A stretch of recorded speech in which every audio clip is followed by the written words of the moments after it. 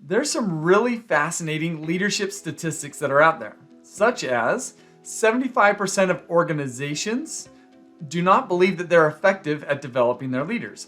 And 71% of organizations do not believe that their current leaders are going to be successful at navigating that organization into the future.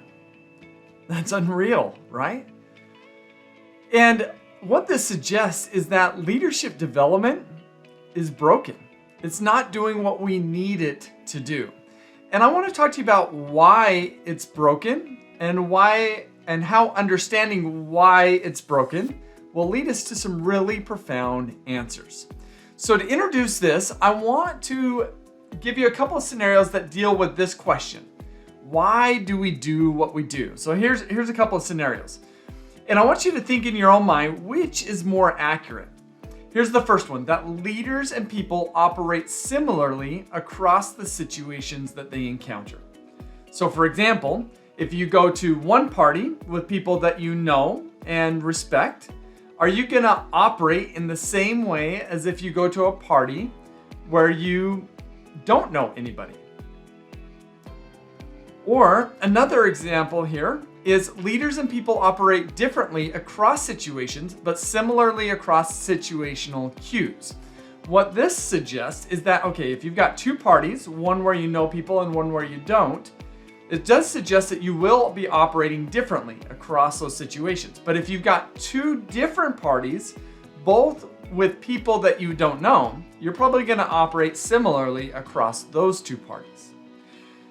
So after this little explanation, which one do you think is more accurate? Probably that second one, right? And this is what's interesting, because what the first example is dealing with is what I call the trait approach.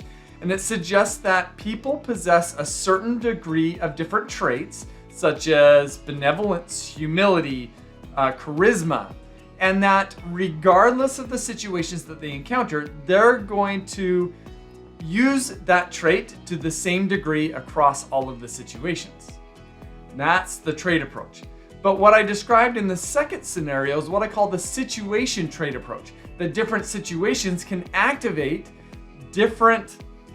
our traits to different degrees across those situations. Are you following me? All right, so what this means here and what we need to pay attention to is that this trait approach has been a foundational assumption for all leadership research over the last 70 years. And what it implies, and what I'm going to show you is just a part of a broader model that I'm going to show you. But what it implies is that if we've got our trait approach, according to this trait approach, we've got a personality system that is made up of all of the different unique components of who we are, including our qualities and our characteristics. And what the traits approach suggests that if we want to improve you as a person and as a leader, we have two options. We can either improve these elements of your personality system, such as help you to become more humble or more charismatic, help you develop more leader-like traits, or we could focus just on behaviors. Here are the things that you need to do to become more effective. And this is largely what the last 70 years of leadership research is focused on. How do we improve your traits and how do we improve your behaviors? But this is according to the trait approach. But a different answer opens up for us when we consider the full model, which is the situation trait approach. What we're adding into this model is the features of the situation, that every situation has a wide variety of features, and that we have a part of us, it's called an encoding process, that is designed to identify unique features that are the most important for us. Such as if we go to a party, do we know people or do we not know people? Right? We're going to encode that right away. And then what that's going to do is that's going to activate different elements of our personality system. So in a party where we don't know anybody, we're going to maybe turn on a little bit more of our introversion. And if we know a lot of people at another party, we're going to turn on more of our extroversion. And then we're going to behave differently according to it.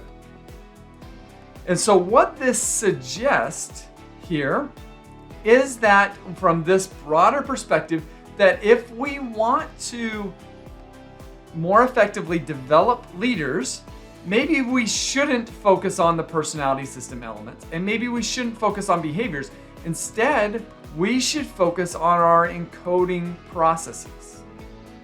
That we should focus on improving how we are seeing the world. Let me give you another example. Many people see, they see challenges as being ripe for failure, and so they are inclined to avoid challenges. That's too difficult. I might mess up. I might not do well. I might fail. I don't think I'm going to do that challenge, right? So we might encode challenges in that way, but that's maybe not the best way to encode challenges.